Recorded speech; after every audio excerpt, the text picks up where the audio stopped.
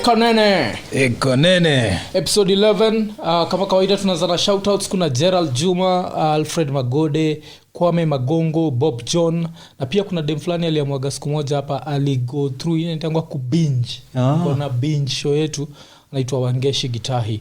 Nice. So tunasema Iko Nini. Alafu tukianza of course hii weekend kitu kwenye happen kulikuwa na BET Awards. So TZ kulikuwa na campaign kutry kustop msa anaitwa Diamond kushinda. Alafu Diamond didn't win. Yeah. Chekima activist wa TZ wamebambika sana. Wata Kwa wanasema nini hatetei human rights na anafaa kuwa anatetea human rights. Wana feel he's so powerful that if he didn't endorse, wana feel ni kama ana endorse yo like sort of nini. So amefurahi kabisa. But still msalishinda ni yo msanaitwa Burna Boy. Album yake ilikuwa executive produced na P Diddy. How is surprised alishinda? No. Yeah, cause yani kuna zile vitu so hasa utafikiria ati the fact hakuvotia Diamond imefanya hakushinda, but according to mimi Burna Boy was supposed to win that. Una zile tu like yeye right now he's the most known artist in America, I think, like the most known African artist in America. So Diamond is very huge in Africa. Kuzira yajo ni huge. Unajua iko na subscribers kwa YouTube ni 5.2. Burna Boy iko kwa 1.9. Wow. Yani angalia lens to. Alafu kuna kamseka naitwa Wizkid, I think kuna 1.8. That's how far umse yuko. So he's on another level. And kitu moja ile TZ na feel ni kama wanafaa ku understand. Not everyone can be political. Si ati na try kutetea umse, but you have political people. You have akina Professor J, akina Sugu, and you seeing what's happening to them. Akina Roma. Lakini finally akamseka naitwa Mdude. Likataja time alipelekwa kotini, alikuwa released on Monday. So that's nice. So TZ ina progress, unajua pole. Usi expect Diamond aache kufanya mademo shake matako anze kufanya hataki kwanza ku pick up guns and but they still need a fair share of tear gas kabla everything iende. Wapitia ile kitu tulipitia. Kwanza hata nini umefanya nikukumbushe kuna story kwa tunabonga last week after ile show. Uko niambia kuna best yenyu fulani ile siku kulikuwa na riots campo alienda hapa ameingia place ya soda kujificha. Kwenye hiyo area ya nini after yani tumedigress cause story ni kali sana. Sasa after mafarasi zichapwe na mawe hiyo area kuna kushow hapo hivyo between hiyo church, nimesahau jina hiyo church. Ukienda hivyo juu AIC ukienda hivyo kama unaenda mamlaka ya NB. Hapo katikati kulikuwa kuna makiosk mob za food, mamboga nini, but kulikuwa kuna sasa zile nikaa tu hoteli. Sasa ule msanii alikuwa anakuambia anaitwa Njoro, mother yake alikuwa gana ka hoteli hapo. Hoteli yake ilikuwa famous, inaitwa Mama Tabitha. Kama ulikuwa hiyo area na unajua Mama Tabitha, hebu ingia kwa comments hapo tu show. So hiyo time after mafarasi zichapwe na mamawe, makarao kadisa ni kugo all out. Ikabidi sana kuanza kuloot. Makarao Kenya na kuloot. Walianza kuloot Westgate. So walichapa waseo na loot, wanachapa waseo na loot.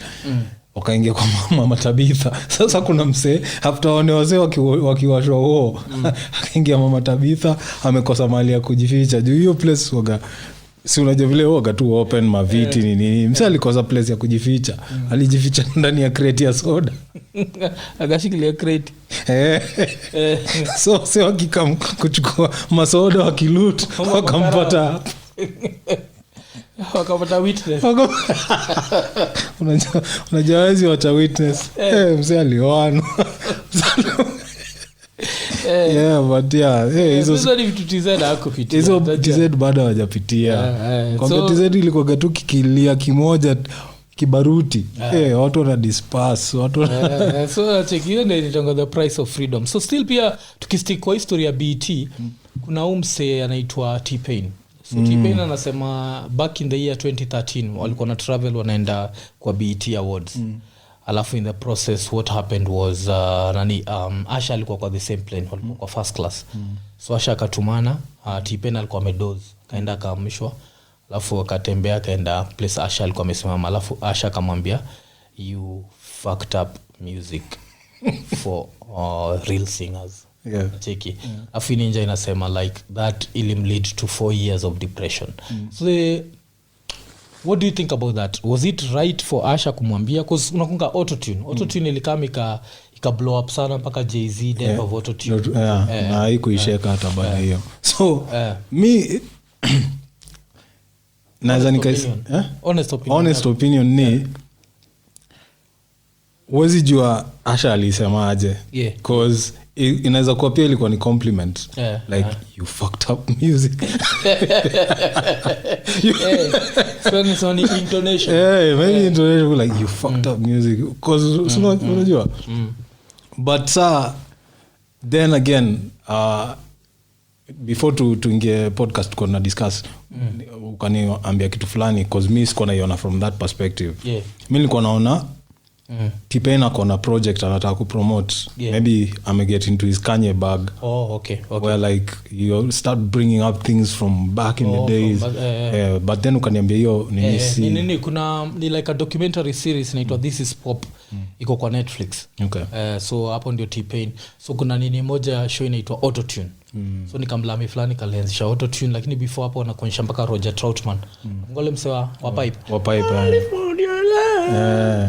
mse, so anakuonyesha mse, lakini sasa kuna white boy kalienda kafanya mathematics come up na alafu the first huge autotune song ilikuwa Do You Believe in Life After Love. So anakuonyesha hiyo history yote. Sasa ndio T-Pain anakam, so hata T-Pain kakijitetea anasema watu wote walikuwa na exist, yakuaje ni juu yangu lakini sasa hiyo kitu ile beat akaenda 4 years depression. Alafu sasa vile aliwaitokea nini Tiny Desk akaperform bila autotune alafu raya sasa kwa internet msaka kumbe anaweza imba msaka nakaonaga kwenye Twitch yake mpaka kana rap si eti kuimba intro yake mazee inakuaga kali kalikuwa si hata pia libonga Joso ilikuwa garapa akacho sijui Nappy Head something hata saa hizi wako na podcast yao sijui the Nappy Head podcast na sijui wasewa wagani so ni interesting kana jua kurap niko na check hiyo intro yake ya Twitch wagani yeye ana kick mabars na zikoaga disrespectful yani really interesting jaka useka kana kikao so mimi nikifikiria hiyo story ya T-Pain na nani na Asha kila nafikiria ni the fact anasema walikuwa mabeste hapo ndio na feel ilikuwa wrong kuambia msee ukiwa beste yako unajua sasa maga be honest with your friends, be honest, lakini kunaweza kuwa na way to do it kama kuambia msee unajua buda si unaweza imba si badala kufanyaga tu hizi saa zingine pia siku ukiimba at least watu wa notice unaweza imba ndio any whatever na ule best yetu nitangwa Richie yosemanga every Tom whose dick is hairy so ndio every Tom whose dick is hairy asifeel anaweza imba cheki so kuna hiyo element, lakini saa umebring up kitu poa kabisa, umebring up story ya T-Pain ku drop bars alafu hiyo sasa ndio to bring to the main topic of the day, cause watu wamekuwa kiitisha tubonge more pia juu ya hip hop, tusahau hip hop. So nataka tubonge juu ya story ya what makes a dope MC number 1 and what makes a dope verse number 2. And tukianza hii topic lazima nibonge juu ya best yangu. Kuna best yangu anaitwa Ken Coast. Tumejuana naye from back in the days, waga pia ni best ya So Severe. So one of the reasons why nime bring up debate, because according to ye anasemaga KRS is not a great MC. KRS is an MC but it's not a great, at KRS waga overrated. And one of the things anasemaga ni anapatia an example ya kuna time KRS aliraimisha spent and rent nacheki and kaa kuraimisha cut and hat whatever.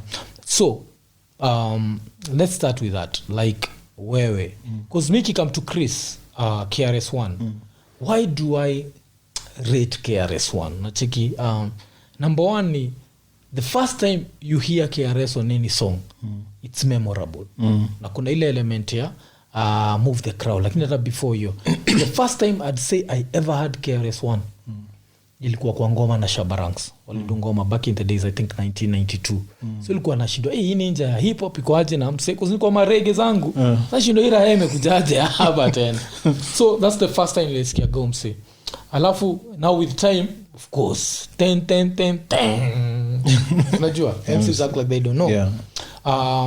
Alafu sasa pia naweza sema like the more me study hip hop najua KRS style is somehow simple. Najua so people will think ni jua hiyo but hata kabla tunataka to break down styles and all that mimi naweza sema like content ya huyo msee like it's so diverse. Yeah. And everything that he says ina catch attention yako. Yeah. And to me that alone makes him a dope MC. The fact that he immediately starts rapping you're like acha nisikize kilo msa anasema so that's one of the reasons why I think he's dope. Nita come back to MCs act like they don't know. Lakini wewe I don't think kuna mtu ana embody the word MC more than KRS-One. Yeah. Simple or not simple. Yeah. Hakuna. Yeah. Azuro msi aki kama ku MC ni ku control mic kama control the crowd. Yeah.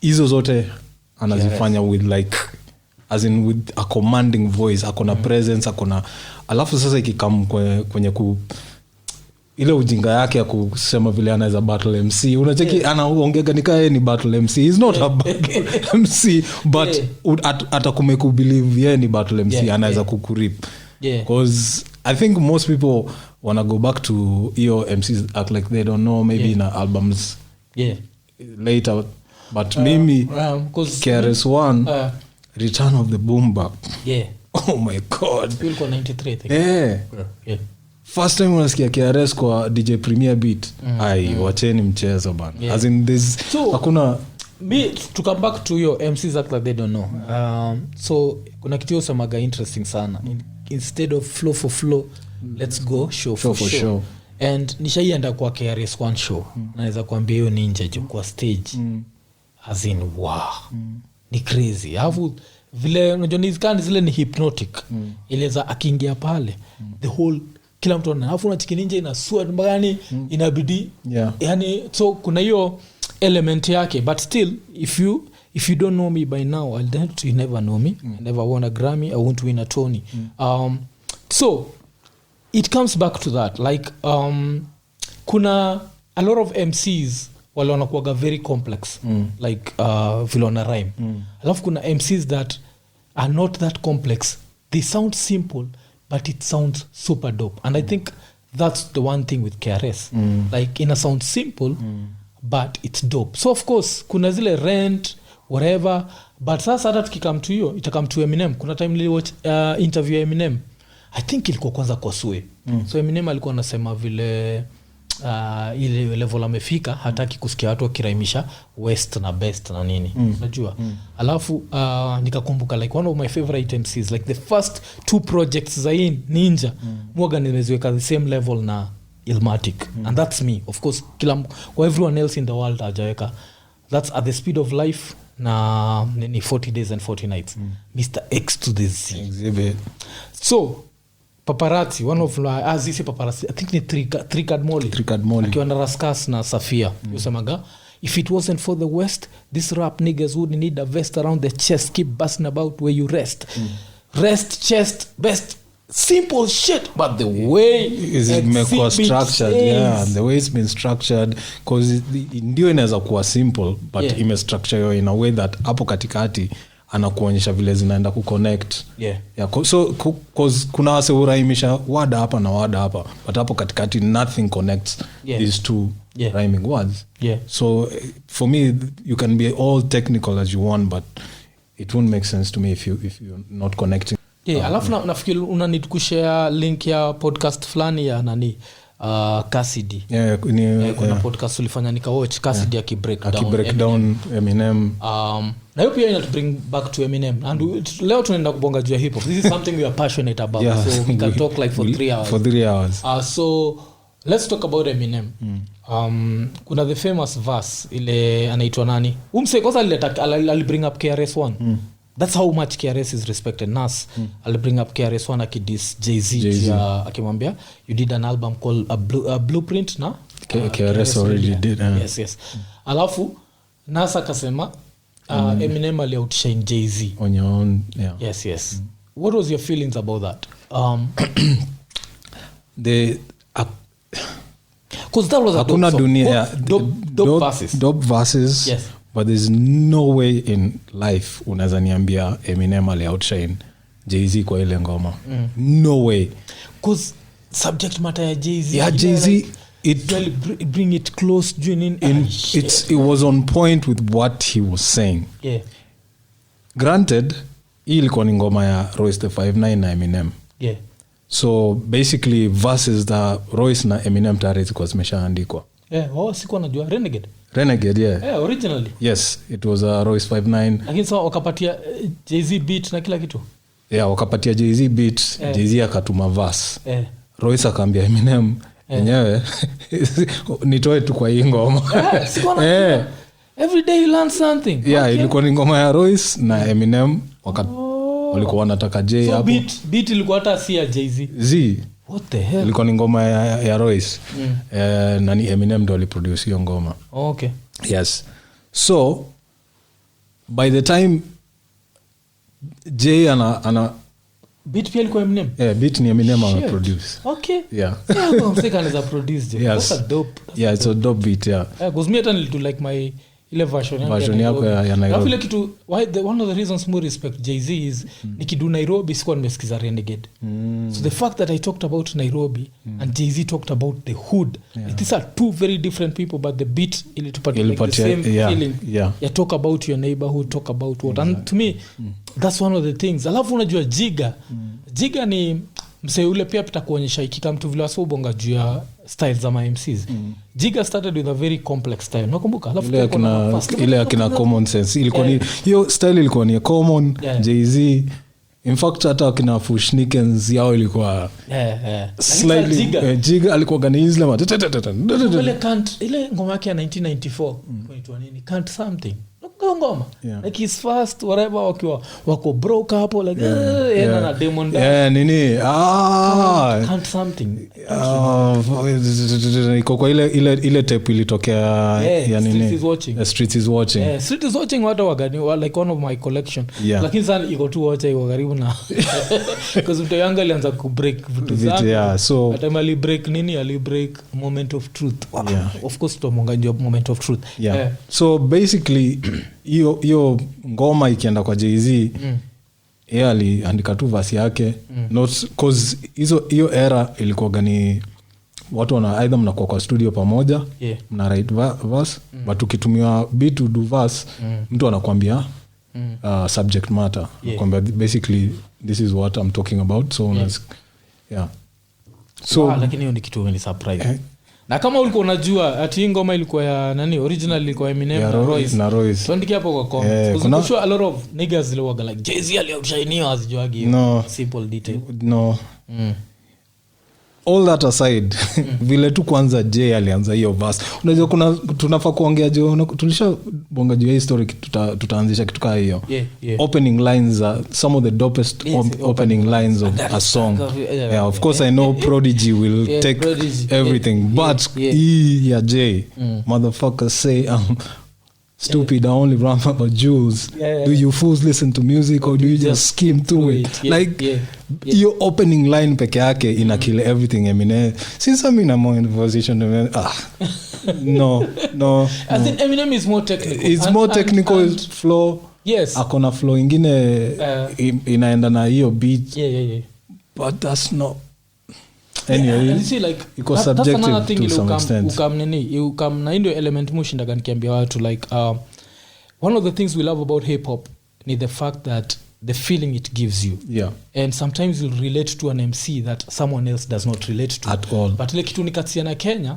is just the minute you don't relate with someone their work like mushinda nikiambia ganigas according to me Octopizzo is not work there's nothing you can tell me about it I know work niggas that nigga is not work just because you're not feeling him ama he's changed his style he's personally I loved ule Octo kitambo size but I understand Octo size this is a dad of two travels the whole world nini he's not as hungry as he used to be should he still be as hungry as he used to be yes and not, but he's not and then also not as hungry or whatever like his subject matter cannot be what he was talking about when he was that young. Saizi he's older. So lakini wacha tulengeo story ya Octo. Nafikiri nimepotea kitambo. Niko nabonga juu ya what an MC makes you feel like. For example, mi na Zach ni mabest, tumejuana over like 20 years. I don't think our top 10 even albums of all time is the same. Our top 10 MCs like they can't be the same. A perfect example nitakupatia ni last year MF Doom alidedi. As soon as nilijua MF Doom alidedi, nakunganikiambia wife, nikamwambia like kakuna msa anapenda Doom ni Zach. As in if you want to know how much Zach anapenda Doom, internet hii ninja ni jina ya Doom. I think hata password. Kwa unajua album zote za Doom unaweza password yake. So nacheki. So kuna vile uko na relate na MF Doom to a level I didn't. Zach na Vastea wakanibolox. Wewe pia uko unapenda Vastea but nani Muki? Nasema yani Muki alikuwa anapenda Vastea. I think hata tulitoa album ile Vastea original tulitoa kwa Muki ama the original not Cold Vein tulitoa kwa Muki unacheki saa kuna hiyo level but Muki apart from that I feel like Muki vile alikuwa na feel I think was it only built for Cuban links. I think this nigga was obsessed with that album.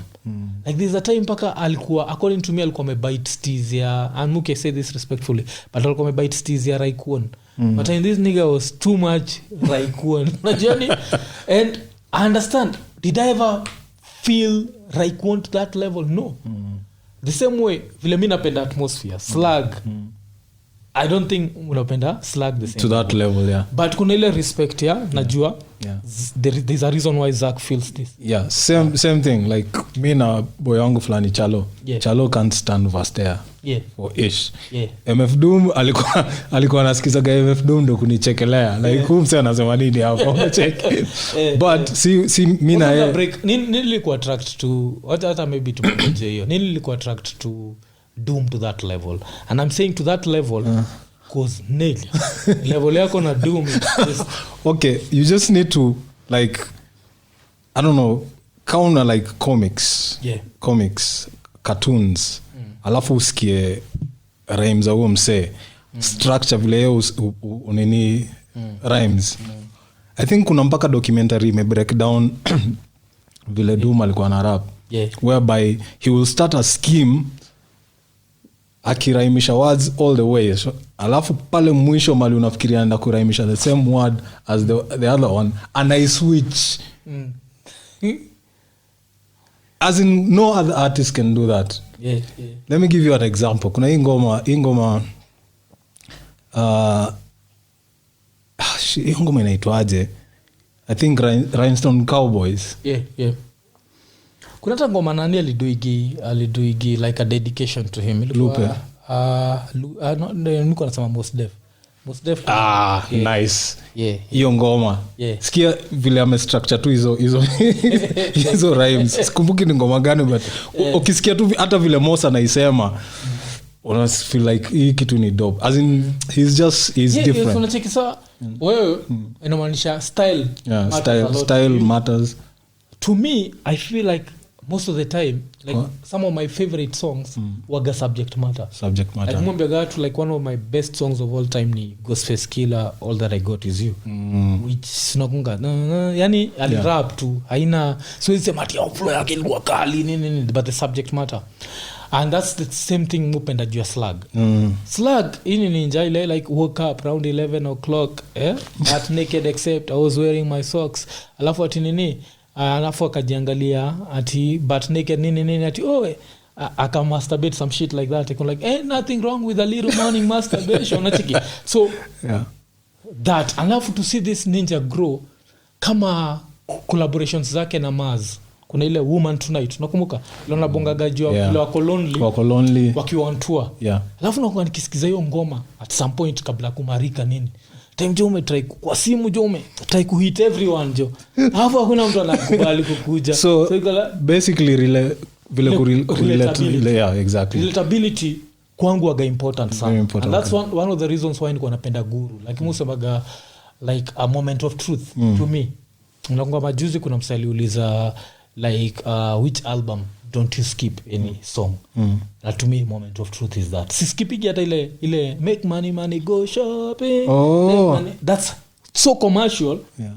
That track felt out of place, but that album to me was so flawless that I could never. And this is Guru to other people. Would you say Guru had like a dope flow?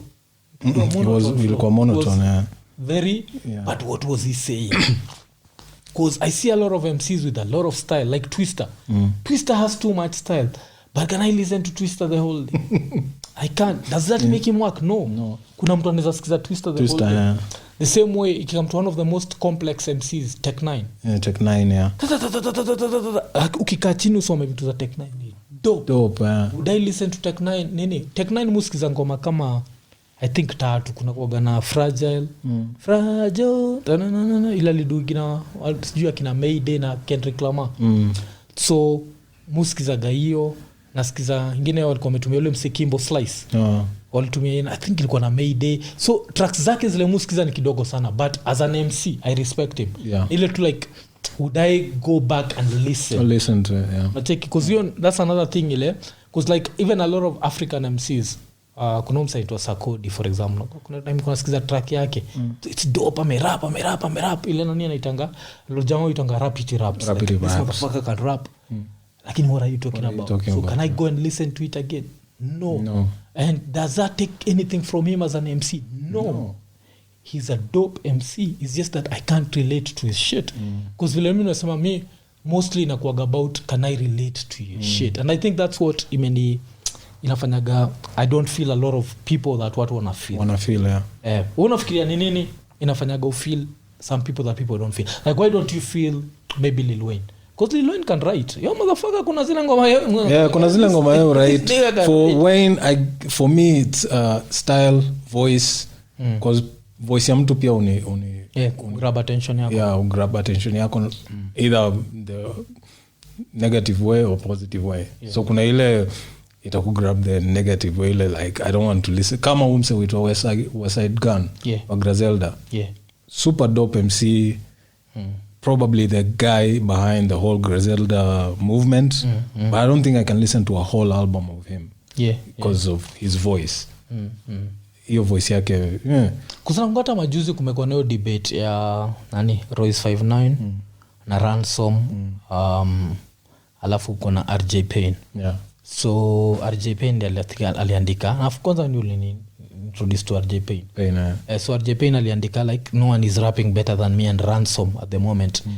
Then Royce 59 aka-comment akisema like hey you niggas nini, which is very hip hop. Unajua that's one thing people don't know, like it's very hip hop to feel like you're the best. Yeah. Like I remember back in the days nili get call from Mombasa. Amsewa the big uko flani mama, I don't know who. But aleni call akanitukana kuma Marcos nini some bullshit nikionea. But of course it never rain on air, but the reason was kuwafanya tena kuna kitu nani Juliani alisemaga aizingia ring na Keishaka kijana Ilana kukunjia ngumi baba. Very dope rhyme. But nilikuwa like that's wrong. Don't as an hip hop MC. Yeah, don't as much as you revere the dudes can't be number 2. You can't fuck with them. Yeah, because you're still men. Yeah. And as men it does not matter. Yeah. Like even if you know a nigga will destroy you. Yeah. Just tell the nigga like yeah nigga I respect you but no. Worst come to us we'll go at it. Yeah. So kuna hiyo element here, you have to feel like you're the best. And I feel like hiyo element waga imeisha. Like there's a lot of dick riding ile movie will happen hapa Kenya, even MCs dick riding other MCs. And I'm there like you motherfuckers man. You're like kuna mzee mkali kushinda. I'm like motherfucker you rap too. Yeah. Rap too, like what the fuck. You see like there's a reason why Lil Uzi is making more money than another MC who has more money. It's because Lil Uzi believes in his bullshit. Yeah, exactly. Yeah. His bullshit is making girls wet. Does not matter if this other shit is making dicks hard. This dude, kuna hiyo element ile na feel like watu wajuagi hiyo history. You have to respect yourself as an MC. Yeah. So me relatability kwangu waga like very important. Yeah, very important. And then style, and then you just have to be dope. Yeah. And stand by it. Kama mimi my favorite artists. Yeah. like nasemaga kila mtu ni favorite artist yangu, but you know there are levels. Jumi usema mi ogana vile nimecategorize nini zangu. Like if I'm to be kicked out of Earth today and maybe go to Mars and I'm only allowed to carry one album, I know which album to carry. Gani? Smith & Wesson, The Shining. Najua Smith & Wesson. Many of course Gangster, Moment of Truth. If I'm only allowed to carry 2 albums, first Smith & Wesson, second Redman, There Is a Dark Side. Sa mi Ninjas ndiko of course napenda Redman. I love Muddy Waters. Hii ni kitu ita surprise wase. Ninjas nchukwaga niko racist like vile muzusha sana kwa nini. But if I was to carry 2 albums itakuwa Lucy Ford na nini na Lucy Ford ya Atmosphere na Moment of Truth. Nacheki. My favorite Redman album kwangu ni Muddy Waters. There is a Dark Side. Yeah, you see. Yeah. So kuna hiyo element ile Ninjas does not mean there is a dark side is work kama Muddy Waters is work. It's just that we feel different, like kuna ina bring something to you personally. So me I can go like that up to like 10 albums. Then after another album Helter Skelter Nocturnal number 3. Oh, number 3. So basically Nas J don't make the top 10. Ikishafika huko 10 sasa ndio tunaweza kuanza ku debate which album can I take. Mimi sasa tukinini hivyo kutakuwa na album like because of what it means to me. Like I listened to this album so many times that I'd carry it to space. Na aliens wakikuja naweza shindwa like what the fuck is going on. And that's Das Effects Hold It Down. It's like it's not about relatability. That's why nasemaga sometimes about what something makes you feel. So kuna kitu ile like that album like Hold It Down, Das Diggy Das. There's something about it. So hiyo pia iko kwa hiyo list. So basically anatry kuonyesha wase vile even the people you would think would be on my top 10 won't even make it. Because even come to Jay-Z, like one of his dopest albums of course ni Reasonable Doubt, because iko na a lot of like DJ Premier shit. Najua The Evils najua, alafu ile Ninja pia iko na ma punchlines ka ile bullshit ya like short sleeves I bare arms unacheki yani. Na nakumbuka sasa wewe na best yetu unaitwa Chalo mkitry kuniconvince vile jail kwa mdogo hizo siku me I wasn't seeing that. Like my favorite Jay-Z album is an album that a lot of motherfuckers love, because that's Blueprint. Now amazing. Ilikuwa like such a mature Jay-Z that unajua and that's what was like why personally do I rank Jay-Z higher than Nas. And reason is I feel like Nas is too confused. Like Nas was so dope nini ilikuwa Illmatic was so dope that Nas was never able to move away from Illmatic. Alafu it became the ile tu design ya Jay-Z, The Gift and the Curse. In the unakile Jay-Z akimuenjoy akimwambia uchi wali na nini, as in make up your mind, are you conscious, are you take to project ya Nas nikisikiza sijuagi what to expect. Like nikisikiza The King's Disease, a lot of people praised it but mpaka ilishinda Grammy but I think it's because after I listened like twice I've never picked it up again. And that's another thing ile watu na need kujua. There are albums that are dope that you listen to once. There are hip-hop songs that are dope that you listen to once. And then there are songs that you listen to 50 fucking times. Yani, like, let's even bring it back home. Majuzi tumebonga juu ya like Bamboo. Tukienjoy Bamboo juu ya historia yake ya kuokoka. And nakumbuka nikiambia wase like to me 2 of the dopest verses I've ever had in my life ni Mapato. Bamboo ali outshine Juma Nature. Of course Juma Nature vile ali drop your chorus, because Juma waga nimemrank mzee wa busara. Mzee wa busara mzee wa busara ni mzee ambaye tunaishi naye kwa nyumba za kupanga. Mzee wa busara. So Juma Nature waga nimemrank sana, lakini ile kitu ile ninja asiyefunzwa na mama atafunzwa na kuundwa na kuvunjwa na mimi. You see like hizo verses that's a song I can listen to a million times and I'll never get bored. Verse ya Bass kwa Ndai bado sijapata. Ndai ile buchitia nini ya mara ya kwanza kunywa mali usiniliharibu zini yani kuna shit some motherfucker will be like that simple nigga. There's something it's so good that you can't explain. You can't explain exactly.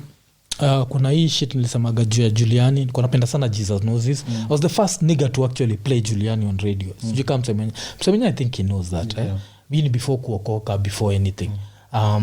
Of course lazima tuongeje rap kwa MIC. Like kuna artist nilikuwa nacheza kwa the joint without ever having met them. Like the first time kusikiza Black Duo. Kuna msele nipatia nini ya Black Duo ilikuwa na rap kwa MIC. Ilikuwa na ngoma fulani pia walidujia beat ya nani? Walidujia beat ya Sticky Fingers. Sijui ilikuwa yani you see kuna rappers you just listen to. Like the first time kusikiza na Noma, Big Mike. Shout out to Big Mike, man. Well, yani unajua kuna so and there are songs that kama Shonde nishaisikiza mara 50. And if you play Shonde right now I'll listen. I'm sure there are more lyrical songs than Shonde that I'd never listened to a second time. That's I think what one how at the end of the day hip hop is music. And can I listen to it over and over? Unique element watu sahau. Kuna ninjas na come up with some complex shit. that. I nigga, okay, you can rap, you can rhyme. Like what the fuck are you talking about? What are you talking about? Me, a perfect example for anyone who maybe when you get your free time, ama nitaiweka kwa comments hapo. Go listen to a song by J Live. It's called Them That's Not. I don't think kuna ngoma inaweza kuwa more complex and simple at the same time ka hiyo ngoma. And basically the reason he did it that way is because he was trying to explain the difference between like a simple MC and alafu pia imenikumbusha nani Rest in Peace to Gift of Gab wa Black Alicious. So of course I do gile alphabet aerobics ndio ama A to G even andikale kamseka Harry Potter kalienda kaki perform kwa Jimmy Fallon. Alafu this is the same guy who did a song called Deception. Ukisikiza Deception don't let money change it.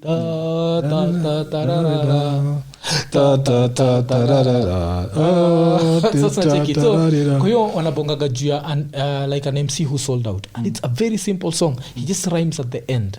Because I feel like ninjas who feel like if an MC rhymes at the end, it's not dope. There are a lot of MCs that do that. Strictly Noir EMC rolls with Master Ace, mostly rhymes at the end. Maz hakuna kitu mtu ananiambia mimi ukiniambia ni the top 5 MCs wangu wa West Coast, Maz is there. Snoop is there cause kuna vitu Snoop alikuwa na do zile what the fuck like sa Snoop ikikam to style. Style wow exactly ile ninja iko na style. So Snoop iko hapo of course Ice Cube. Alafu I think ndapatia Raskas alafu nipatie Exhibit. So you slotting in lazima nipatie Maz. Yani cause Maz, one thing about Maz is ile relatability. I think this motherfucker has so many songs that you can just relate to. Alafu pia humor. Yoga na sense of humor moja kali sana. Sijui leo isikia ngoma yake inaitwa Trevor. Ile ngoma yeye uenda kwa supermarket alafu ninja inakamkurob watu. So kirobi namuona. Alafu go like hey Maz, how you doing? Maz go like ninja inatoa mask, it's me Trevor. So that take so that's another thing I loved about hip hop. Humor. Common. Show prize. Revenge is a motherfucker. Revenge is a grandmother. Kumbuka ile ati ninja zilitokea kwa how your grandmother yani zilirob grandmother yake. Alafu kuna ingine kwa album ya 1997 ile ninja zilirob hao ya common zikadedisha mpaka roaches, zikaacha roaches kwa zilikula na sijui kulikuwa na roaches, zikadedisha roaches zikaacha sijui kwa plate. That's one of the things. Biggie, I got a story to tell. Baka nilidoigi like my own version of I got a story to tell. Ile so yangu ilikuwa gati nipatikana na ninja. Alafu nikajificha chini ya kitanda nikiwa ndethe. Alafu nilikuwa na condom nimetumia. So vile ninja ile nikujia sana nikairushia condom alafu kamwagikiwa na manini na nilikuwa inspired by. So your humor, that element of humor, I feel like hatunaga nilifini kama watu take hip hop so serious in Kenya. Like one of the reasons we loved Redman ilikuwa kujinga. Unaona skit za nini maskit za nini ile ilikuwa kwanza tini sister alikuwa na hizo skits a chicken head conference Rosie Rose Noble anacheke so but kwa hiyo story itabidi nimekumulika kiasi wewe hujawahi smoke weed sio yes I can tell you kwa nini so basically in unakumbuka tuliongea juu ya slang na vile best yetu wako juu ya whip so hiyo comes back to the roach roaches wasn't cockroaches ilikuwa nini so basically smoke weed mpaka mwisho the thing that's left at the ile ya mwisho inaitwa roach so it's like those niggas smoked weed and the roaches mimi nikasinia real roaches afu inanikumbusha kuna ile nini kwa digidash nini to the burnt fingertips those niggas yani nilikuwa nasikiza digidash maka nafanya nikana hujawahi vuta unapokuwa smoke squad mwogo panza ni fia tukia yes za kufia tukia kwa sababu mimi niliambia ile yangu ya heart attack then nikaenda high school makuzo kaniwekea peer pressure smoke tena the second time I was hearing voices nasikia sauti ya madhango I was like what the fuck did you do so all the time wasona kuna kama umeshtuka ashindo ni nini kumbe umesikia sauti na inatokea virili yani kungisha ile shit ya nandi ilikuwa na claim at smoky give I think ni OC alikuwa na some bullshit like that alafu pia nini hata tukikamtoa kina OC DITC ujitaga the chosen one so I think like to the average person anafikiriaga he come to DITC my favorite member ni OC but funny enough it's AG Andre the Giant and Andre Wagana style simple but this is a way that nigga says things like AG amefanyaga mpaka every time mtu nikiona mtu amededi kwa street the first thing move kiaga ni ile line yake like he's laying in the street his heart and got a beat a cappella he asleep yani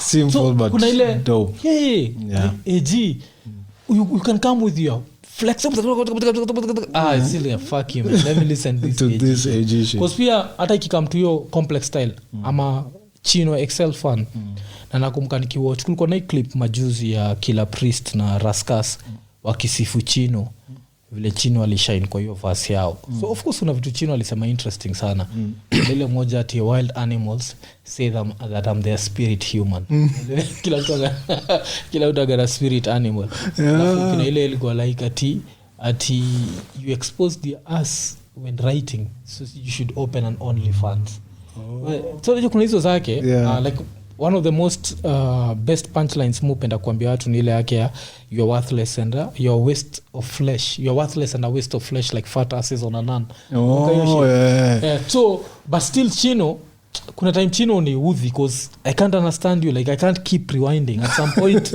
I need to get and exactly. So that's why kuna watu fikiriaga like it's all about that like yo rap Olympics ilikuwa kani inafaa kuwa practice mostly kwa freestyles kwa tuna enjoy but when it comes to now putting out like a proper project let me listen and keep moving see it tena because even like Jay-Z one of Jay-Z za majuzi ile still a nigga whatever a story of OJ I'm not black I'm OJ no check it's very simple and you can't tell Jay-Z anything about hip-hop unacheki and the same thing kwa naambia say ile time kotna argue kwa group fulani hapo ya hip-hop I was telling people there's nothing unazambia KRS-One juu ya hip-hop juu like the audacity yani ile like Jupiter's cock yani ile design ile ilikuwa nani ile Batiatas or Spartacus like the cock on you dares to doubt the gods akiambia nani akiambia Spartacus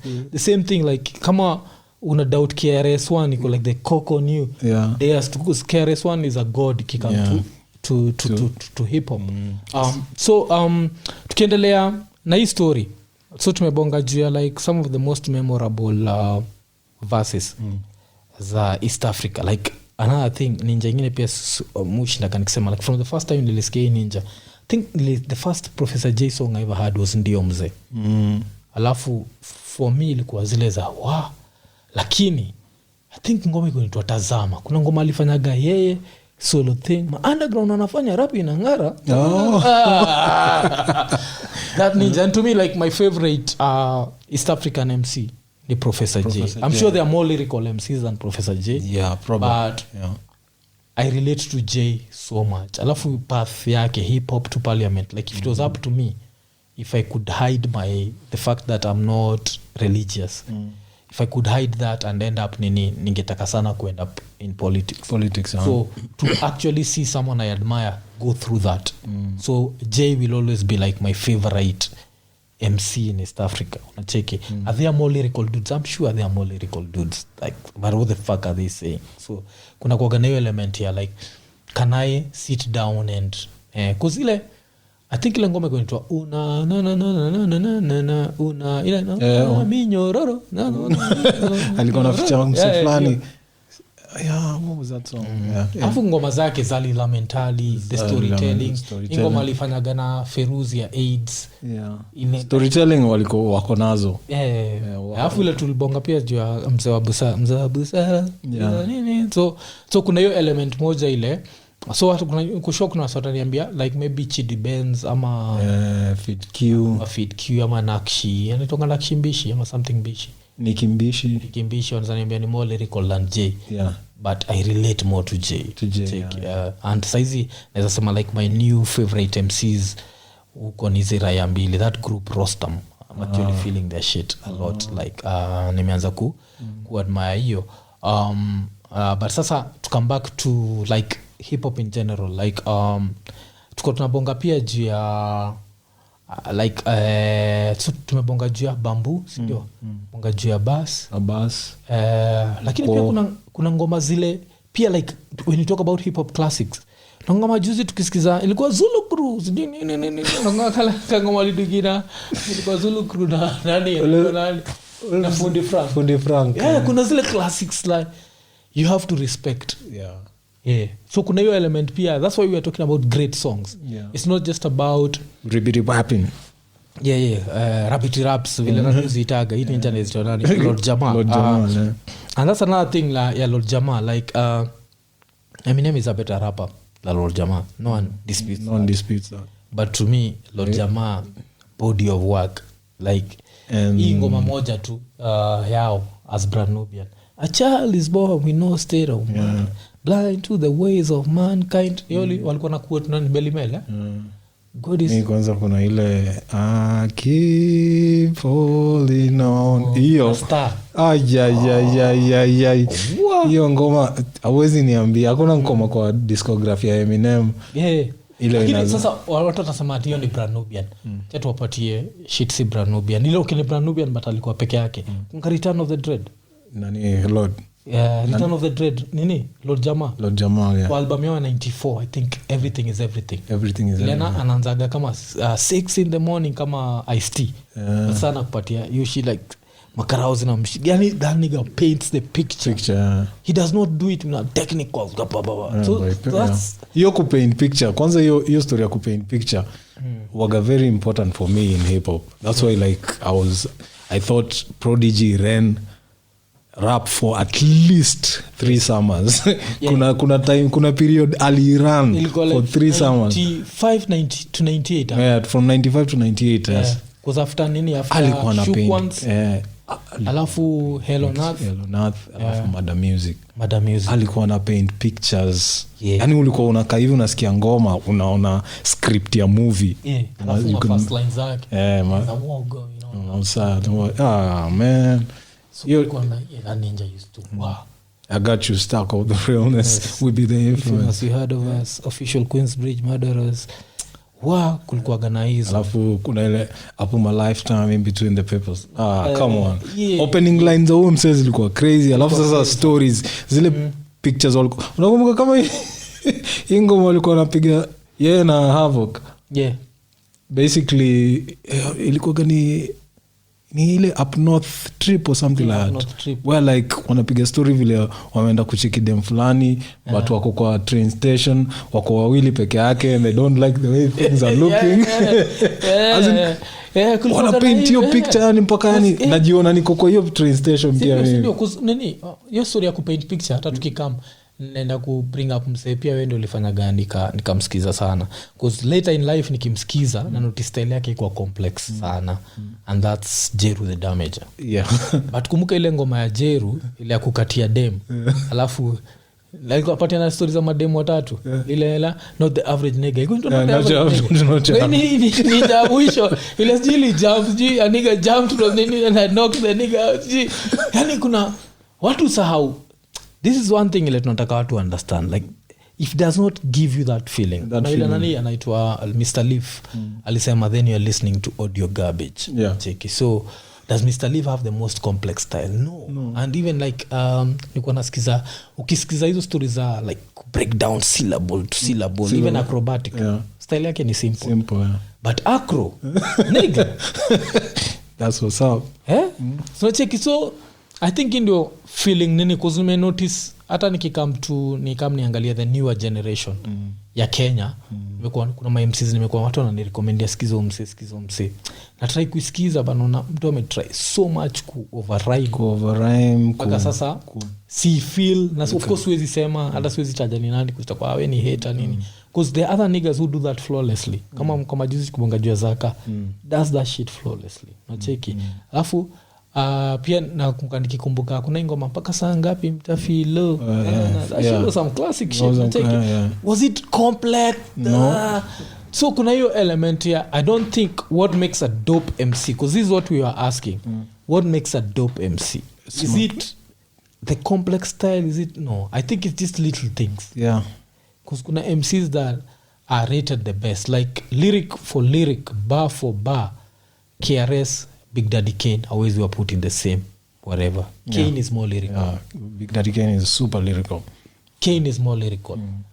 but Chris utajua karibu na Kane and I think that's the reason because Chris will be simple but what it's saying of course ile ninja jo kaile shit yake mimi ngoma yake ile moja ile nonaga like the most underrated song ya Big Daddy Kane I always talk about it the man the icon Yena Alchemist you call that shit spitting then I'm a vomit then shit so kuna yo ninja Cool G-Rap better than everyone wa Juice Crew but Cool G-Rap the songs don't make better music than Master Yes because now you have to look at the musical element of it as in Cool G-Rap will rhyme the last 3 words kwa bar sindio Ace mostly to do like the last 2 and Ace funny enough style ya Ace haikuwa that complex hata ina kuwa interesting kujua Eminem semagati Ace ndiye alimu influence but feel style ya Master Yes ni that complex no haikuangi complex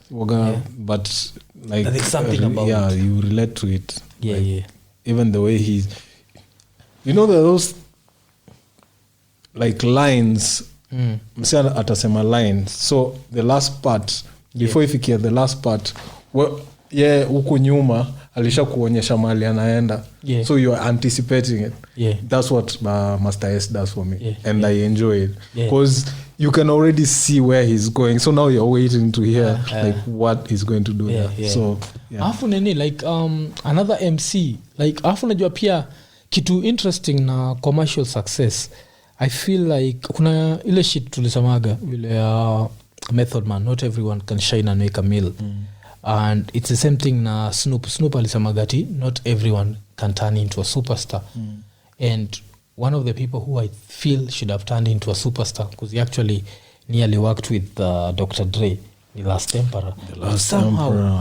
Last Emperor like even people don't talk about him hata watu wakibonga juu ya Philadelphia MCs utabonga juu ya Black Thought Cassidy no one will ever bring up Last Emperor and Last Emperor to me anaweza toe almost na Thought pretty much like and how many radio friendly songs did that dude have like I bought the album your album ile yani mimi nakunga niko na chiki album za Last Emperor nasema radio like I can play 1 2 3 but in America never got any not so kuna element ya like mainstream radio will make you believe something is better than like to me vitu Kendrick anafanya because Kendrick works with Dr. Dre the same material ya Last Emp would be played on radio if Dr. Dre endorsed it because that's now the worst thing about radio is like they expect someone to endorse this is dope okay shit you told me this is dope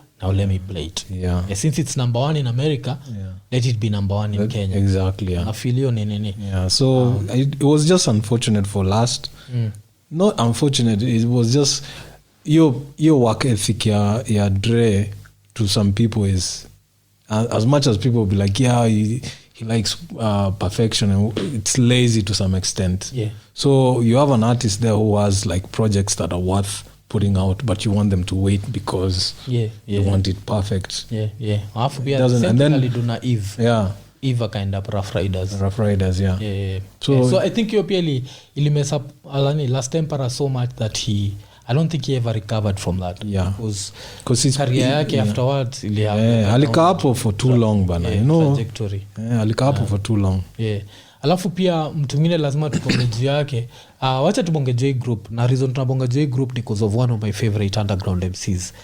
What is your opinion on Onyx? Sticky fingers creep up when you least suspected. Now I fuck pussy and she's infected. They have humor. Brain fry make me think irrational. They have humor.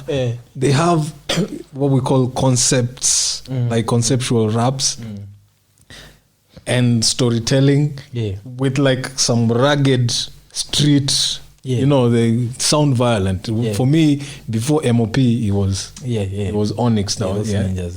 So I think the only reason fanyaga tuna feel MOP ni more violent because MOP are big niggas. They're big niggas. And I've seen documentaries where they actually do that shit. Akina nani ni kwa mziki. Unasikiaga hiyo roughness kwa mziki. MOP nimeona documentaries where wana hustle African niggas selling their bootleg CDs. Having Babinax as a friend also. Wase walikuwa na Rome Streets na Brownsville maze na masticks wakitafuta nini Ola Jugubu or some shit Nigerian name. So reason mefanya nime bring up Onyx ni one of my favorite MCs, Chief Kamachi. Kamachi napenda hii ninja so much that ringtone yangu waga Chief Kamachi najua and hii ninja waga high respect Onyx. Alafu nilicheki kwa like these motherfuckers can't rap nini. So you see that's why I think like rap is so relative. That I don't know utasikia ninja anasema msezi rap wako anaweza rap mwingine anasema like where in your wildest unaweza sema Sticky Fingers is rap. Come on man, Sticky made autobiography of Kirk Jones, which to me is a classic album. Like, and the funny thing about your album ni another thing pia ukienda usikize uta notice rhyme schemes nini very simple. That shit is dope because alikuwa na paint pictures basically. That thing was like a movie. It was a movie basically. Afu ali do movie ameduma low budget movies za kurime nishazi watch kazi ni mbili nishazi watch very interesting. Won't make it to Hollywood but so I think nini reason mefanya tukafanya hii show ni hiyo try kuonyesha watu like what you consider dope and somebody else. I think people look for different things when it comes to MCs because me I think ile kitu element moja ufanya sifeel watu wengi ni relatability. Like the minute mtu ameanza kubonga juu ya vitu siwezi nini waga inanipoteza haraka. Unaweza kuwa like iko lyrical iko what anafu kuna ile musical element ile musema as much as it's an underground song ama an underground I still need a beat that I can enjoy. So utapata like even ikikam to one of the songs niko nacheza sana ya nani Planet Asia. Tulimwambia iperform vile Pure Kenya Pure Coke hakuiperform na ikikamata to Planet Asia like Kali Agents. Ikikam to Kali Agents this is also controversial. Mu prefer Rasco to Planet. I know people love Planet Asia more and I think Planet Asia is more lyrical. but there's just something about that ninja Rasco, as in Rasco, yeah, the way he structures his thing. Yeah, afu pia ni simple. Yeah, ni simple. Inakuwa simple but you can tell where he's going, like that's what I'm saying, like kuna vile yani I think hiyo familiarity is the unassisted. Rascals on the mic, don't get it twisted. Exactly. Peanut butter wolf. Yeah, APNB. So kuna hiyo nini ile like MCs, like, but more than that, can I listen to the song more than once? Because kuna hiyo, like the first time I think nilisikiza rap code ya Eminem, I was impressed, of course. However, listen to it again, no. You see, so kuna hiyo nini, like, will I listen to this again? Like, and you're talking to someone who's like, at one point I was like a Eminem fan. Ile time walikuwa na roll na Outsiders. Mazi ile tape nilikuwa na play.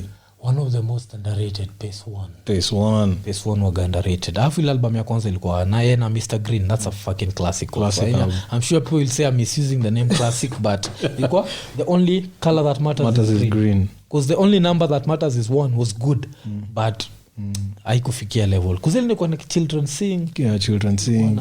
Hip hop. Yeah. Started out in the park. They used to play in the dark. Shit ilikuwa dope sana. Yeah. So this is something we love so much inaitwa hip hop, and naonga mtu aliniuliza like some of the most memorable verses. So nimebonga juu ya bamboo, nimebonga juu ya, alafu kuna nilibonga juu ya hii ngoma inaitwa Punchlines Kibao. Nilikuwa nasema according to me haikuwa na punchlines, alafu watu wakaniambia haikuwa inafaa kuitwa hivyo, inafaa kuitwa Piga Bao. But nachikio msenda kwa sababu tunanena Punchlines Kibao. So ikafanya nika bring up your element ya punchlines, like sometimes on your punchlines are those things that make you go unajua, and sometimes they're just stupid ama they're so simple. Like kuna punchline nyingine sijui kama watu wanaweza classify kama punchline, but kuna ngoma nilifanyaga na Walanguzi ile Dask inasemaga ati niko low key sijui kama mtu ana kifuli ndogo, some bullshit like that. And in my mind I try to picture it and it just sounds funny, like the first time nilisikia ni assume says jana kifuli ndogo nini.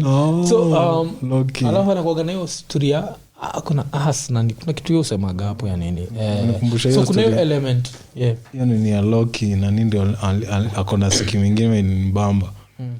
Royce 59 something ana rhyme something anasema Morse code, I'm low key even more so than Thor's bro. Kuna kuorganize bamba. Kuna kuorganize cause tukibonga pia juu hiyo, cause vile tumebonga juu style watu nafikiria tu sema tu appreciate igi. We appreciate that shit. Najua kama like 1999 nakumbuka nisikia this is not a test, it's difficulty. Picture closely, you're ending remorselessly, blind, deaf, dumb, your mind left numb.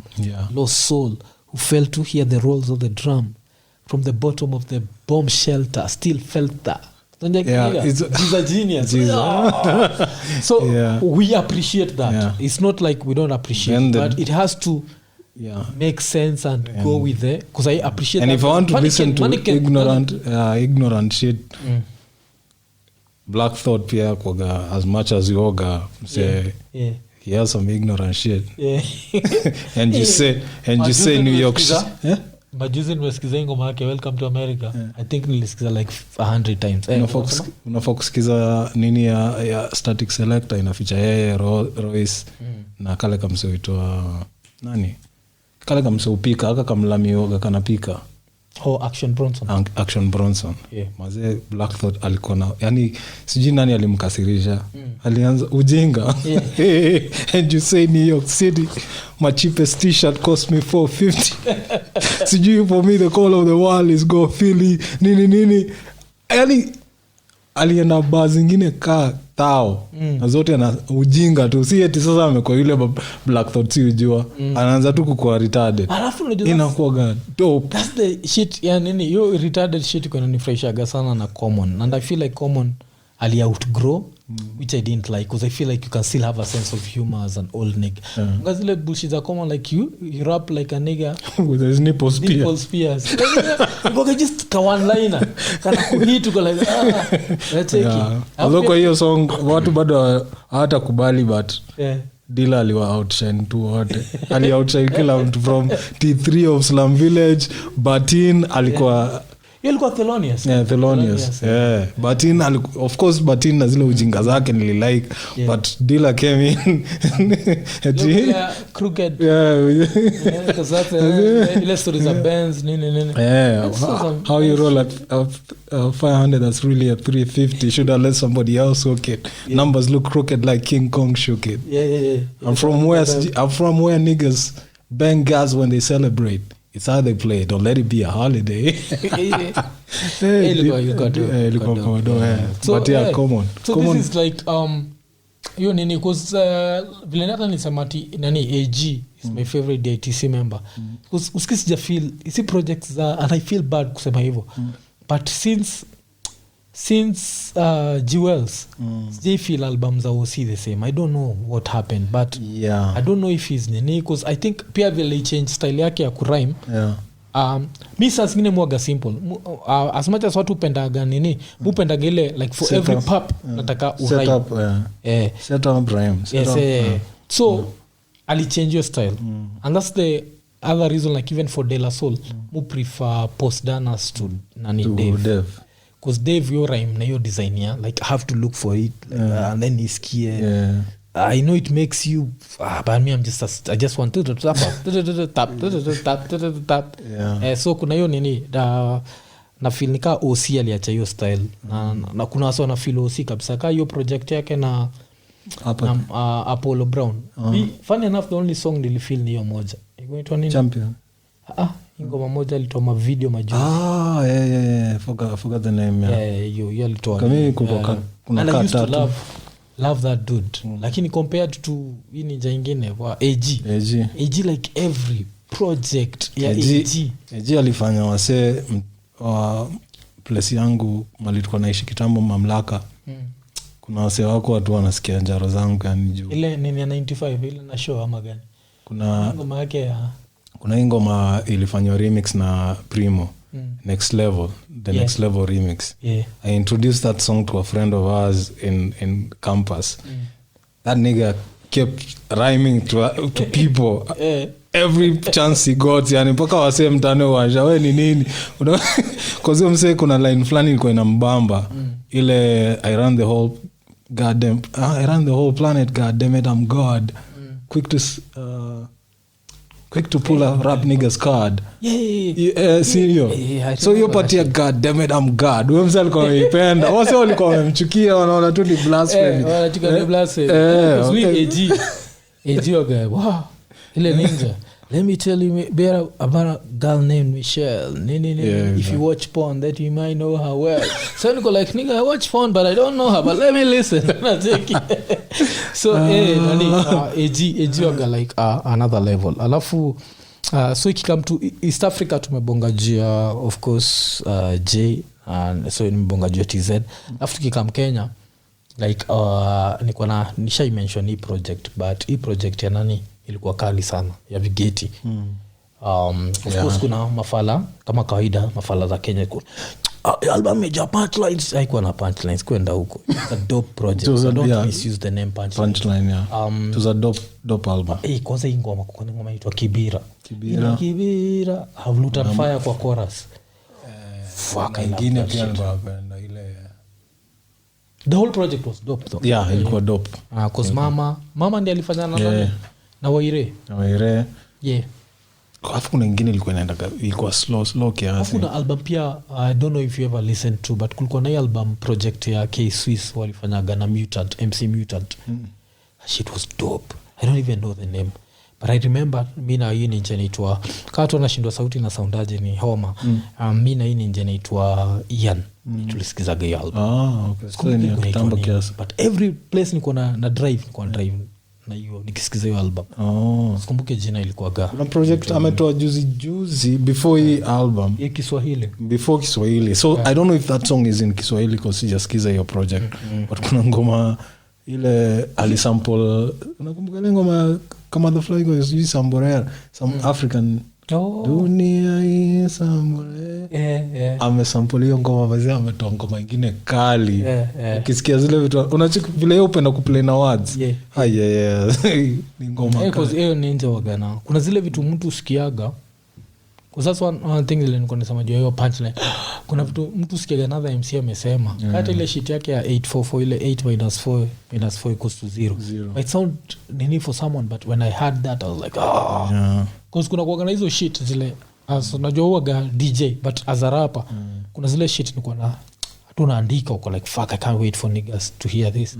Kana kumkata the one time nilikam kwa studio yenyu ile Homeboys, like the last time nilikam I had niko na soma rhymes hivi. So one of the shit ilikuwa juu the prominent DJ. And I remember that ile time niliwrite you rhyme. I actually patted myself on the back. It was something close to kama kuspell fuck karibu na Chris Kirubi. Nachiki like itapita a lot of niggas like you can't spell the name fuck next to Chris Kirubi because it's an insult either way. But it's actually what you're thinking. So and that's what I used mupenda jua K Swiss. I feel like he's the sort of nigga who can come up with that. Unajua kuna zile lines utakama up now usema like who else would come up with this? Like this nigga can come up with that. A lot of so kuna other rappers who no punchline, no nothing, but they're still dope. Because I wouldn't say AG anaga punchlines. AG wana punchlines. Not really. It's just something about it. Hii ninja nikuwa nasema Chief Kamachi, welcome to the world young fella, you better bring a steel umbrella. That ninja hainaga punchline. So it's not about punchlines. So to me discover it's not about punchlines. It's not really about flows. It's not. I think it's just about personal feeling. Fine.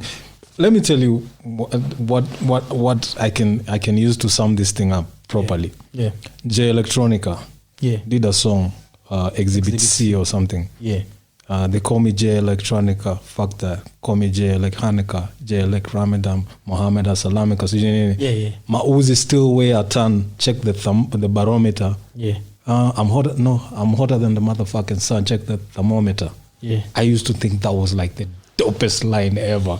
Then I listened to a podcast, my favorite artist, Pak FM na Tondef, wakidismiss you like I think that's the worst line they've ever had in a song. Like the not it the worst, because they were discussing like what's like the dopest lines you've ever had. You wish you wrote as a rapper. Kusikuna kuogana hizo kayo nasonga la same tuambia ila Juliani manga iko. Exactly. So Pak alikuwa amesema yeye favorite line yake ni ile ya Pharomonch kwa ngoma ya Cellar Dwellers. When I'm in a cinematography state of mind, what I visualize will open the eyes of the blind. So wakaongea juu hizo nini, and then what's the worst line? Guess what Pak FM said? Niyo ya J Electronica. Alafu nija J Electronica pia ni one of those niggas. As in, to me his biggest achievement ni kumake Erykah Badu pregnant. As in, squagi nimemrate hivyo. As in, ni one of those niggas ule to me alikuwa overhyped. Your exhibition, whatever C was dope. Exhibit C was dope. I don't dispute that. But I feel like alikuwa so overhyped that unajua ile una expect nini, because that's another thing, like making albums is actually really hard. And that's why like Kenya kuna so many albums. Na naweza sema album ile to me ilikuwa like scary new ya Vigeti. Like from start to finish. And there are so many albums that have come out that are dope projects but not dope albums. Does that make sense?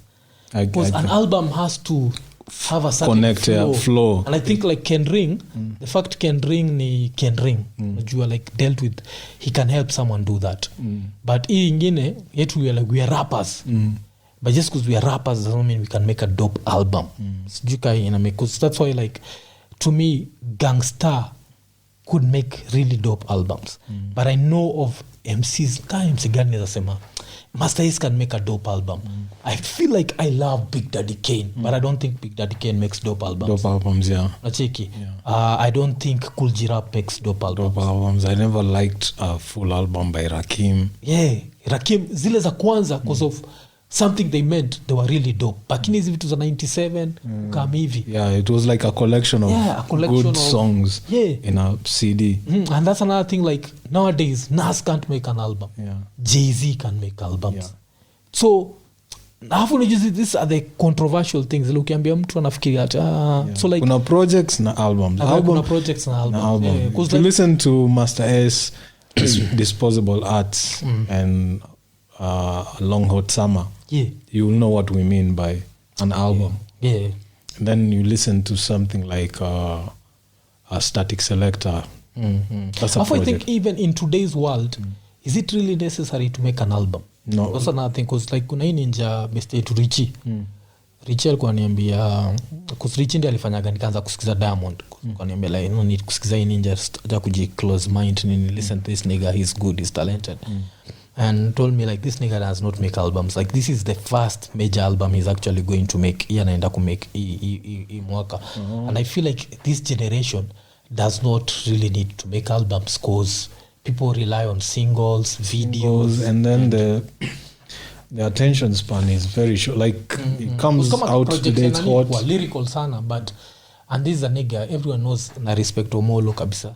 But as an album, sikui feel as an album. Your project gonna get like another of my close niggas. I love this nigga and I hope they don't take it as a diss. Kayvo KForce did a very dope project, but as an album, you understand. So, and this is not just the Kenyan people. I've never done an album, so I don't know how to make an album. I can actually say as in like we're saying, like these are dope MCs. It's not even dope how projects, to make an album. Dope songs, but not dope album. Does that make sense? Because with the current situation, people are looking for that one hit. And it's for streaming.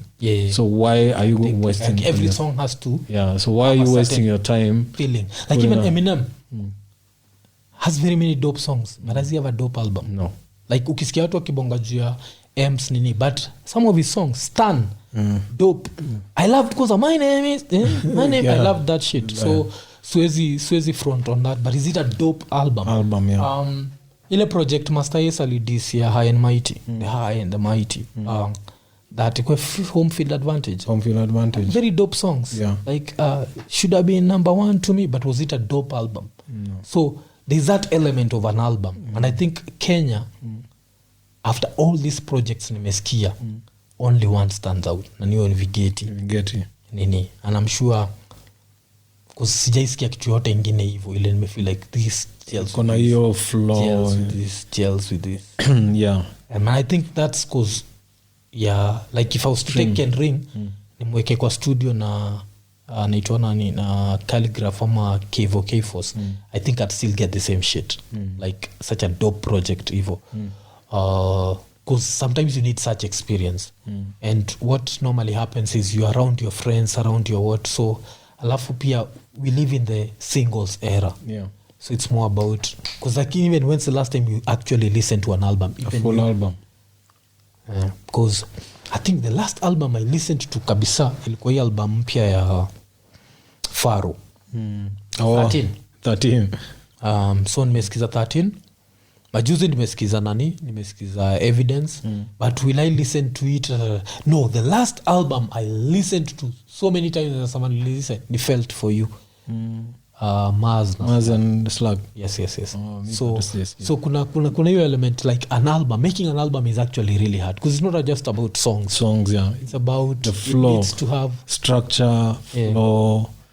It has to connect from the first song to the last one. And that's why Blueprint was some shit. That motherfucker outshined himself on that. As in, to me, Blueprint ilipitaga Reasonable Doubt. Never thought I'd ever put a Jay-Z project mbele ya Reasonable Doubt, even as a hip-hop head.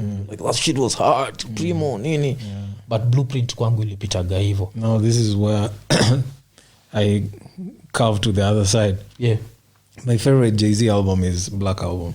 Oh. This is Black Album. Shit. I don't know why. Funny enough. Mi Black Album hata sikuifeel. So utafanya neno kasikiza. What more can I say? That song. That's one of those songs. That's one of those songs. Hizo alafu of course kuna December 4th. Siku ya Muki Master Yes exactly and nakumbuka kitambo mkini convince nyie na Chalo kama mnani convince kise J, because mimi nilikuwa those days nilikuwa ni najua uko dismiss ninja sana. So kuna hizo nini zile cause alafu pia mimi kwangu Redman makes dope albums than Method Man. Yeah, Meth has it one album. Nini the closest ilinifurahishaga Judgment 2000 but it still missed a few things. Like Dangerous Ground. I love kale kamseka limhold down kiasi. Street Life. Yeah. Because even Inspector Deck dope MC not a dope album. Not album. Yeah, ile album apparently album ilikuwa na a lot of controversy. Yeah. Kwa zilipata nikaa sijui ile label alikuwa imefold. So you in between shopping for Nini, no Riza production as such, so he had to do like a lot of his own production. So control substance. Something can be a dope project but not a dope album. Like I feel hata vile tulibonga juu Last Emperor, I feel like Music Magic and Myth was a dope project not a dope album. I think maybe to me confuse was say, but tuambie like what do you look out for in an album? To me nikifikiria I guess we should start the show yani moment of truth yani Jewels that's why nakwambia after Jewels nimekuwa nikisikiza hizi vitu zingine za OC hazinibambi, but nikikam to akina nani AG Showbiz and AG hii kulikuwa ni mugshot to me na it just feels like I have the last like one of the dopest projects nilisikia sijui kwa umesikiza hii project kuna ka white boy ka DJ I think from Europe kanaitwa Polish Ambassador kalifanya whole project na Mr. Leaf. Fuck. Ulikuwa umeniambia juu yake baadaye hata sijaisikiza. Yo shit ni dope. So wali do like 2 singles together. Kwa umsali kwa na the Polish Ambassador iko na project inaitwa The Pavement something. Watu wanzaenda research. So after I do those 2 songs, they decided to do now like a whole album. Like it's like 10 tracks. Wow. It's dope. So that's another thing ile naweza sema. So yeah I think tumebonga vitu mingi and this is like the longest podcast. Tuambia like we love this hip hop shit a lot. Akao to watch jia funny stories leo kuko na funny stories. Leo kuna funny stories. Ilikuwa just serious business. Yeah. Love this hip hop shit. I'd diss anyone like I'm too fucking old man. I have a daughter. I have whatever. Yeah. I don't go in the studio start dissing me nigga. I just spoke my mind. I love a lot of niggas unajua. Cuz unajua watu atuaga vitu personal. Utasemaje hivyo? So like I keep insisting like people I'm mentioning are people I respect. If I don't respect you, I won't mention you. Kuna wale watu like you don't even appear in the so you know. So when you're talking about dope albums and dope, we're not trying to diss anyone. Like even like Last Temp, you know how much tunapenda Last Temp, but we're talking about albums. Like Nini was a dope album. The last the only color that matters is green was a dope album. The only number that matters is 1 wasn't, you know. So there's that like not everyone can be perfect in everything. Like even I feel Run the Jewels mufraya sana singles zao and I even listen to them like I'll listen to an album like once but I won't listen to it again. But I love Run the Jewels like those motherfuckers. Killer Mike and ne Baga Dicks ile kwenda ngoma ile Baga Dicks kwenda Kalishna Cops. Yeah, shit. Afu video ilikuwa dope. Run the Jewels. Afu kitu moja watu wajuagi. Hip hop ni interesting sana. That's only blow up after 45. I mean, you dismiss na bega rappers amwezi blow up after nini. But Killer Mike used to be big. It's just that Mr. LP wasn't as big. It was big in the underground. But kwa mainstream. Rockers pia alikuwa like one of the alikuwa kasi hiyo Rockers amazi. I think there was kuna kitu alikuwa nao Rockers. I can't remember what it was. There was something Rockers. Tuseme basically wao ndio walikuwa wameanzisha this whole when you hear independent movement, independent movement ilianza na kina LP, Rhymesayers, Peanut Butter Wolf. Like a lot of white people then were involved. And then Rockers wakaona this is something that's working. Because Rhymesayers alafu unajua kitu watu wajuage like you have now millionaire rappers you don't expect to be millionaires. Slug. Alafu Maz unajua he used to have his own festival paid dues. Festival, si ndio? Paid dues. Alafu nini wanakuaga na festival yao bado atmosphere. So like they are Rock the Bells ilikuwa ni some yes, people are making money. That's what wanasema like the indie treat indie hip hop as mchezo. Watu wana make nayo do. Cause kasa hizi zile indie ziko almost like majors. Hii akina Kendrick inaitwa TDE. Top Dog Entertainment, kuna hii kuna kina Migos. Pia ni indie. Migos ni indie. Because right now there's no need to actually sign to a major label. There's no reason. Need. Back in the days it made sense because you needed them to expose you. Right now like to internet. You get just a small nini to push you to the next level. Inafika nini. Speaking of which, we are on the road to 1,000. Come on, tell your friends. Your friends. Tell a friend to tell a friend. Tell your sisters. Tell your brothers. Ku subscribe. Hit the notification button. We need to get to that 100, man. 1,000. Alafu saa vile tulikuambia nini hii kitu inaitwa hip hop, it's something we love, we are passionate about, so today we had to go that route, and funny enough the hip hop show was more serious than the other shows where we go just wild with other shit.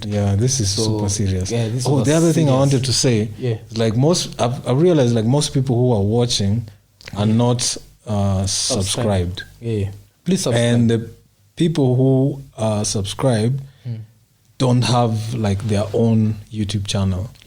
So I would I know you have a Google account, you have a Gmail account. Automatically you have a YouTube channel. So start your channel so that when you follow or subscribe, we can also subscribe to your channel as well. So usikue tu mtu wa kuwatch. Tunataka pia kusubscribe kwa channel yako because naona kuna wase kadhaa wako na channel, wale wamesubscribe wako na channel. Watu wameka ngoma za watu. Just put something of yours so that we can support you as well. We can support you as well. So kama kawaida Iko Nini. Usahau subscribe, like, hit the notification button. Tuko Spotify, tuko Facebook, tuko YouTube. Tell a friend to tell a friend. Tuko Google Podcast, tuko kila pahali. The number till number is coming up on this episode.